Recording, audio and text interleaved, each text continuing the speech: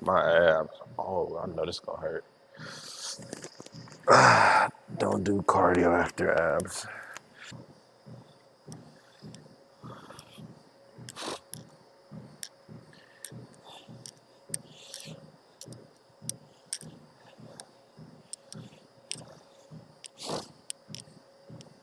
So today, Monday, I was pretty much just a little bit booked my whole day. I was too busy to really get a decent session in the gym, and it's kind of late, and I didn't want to drive.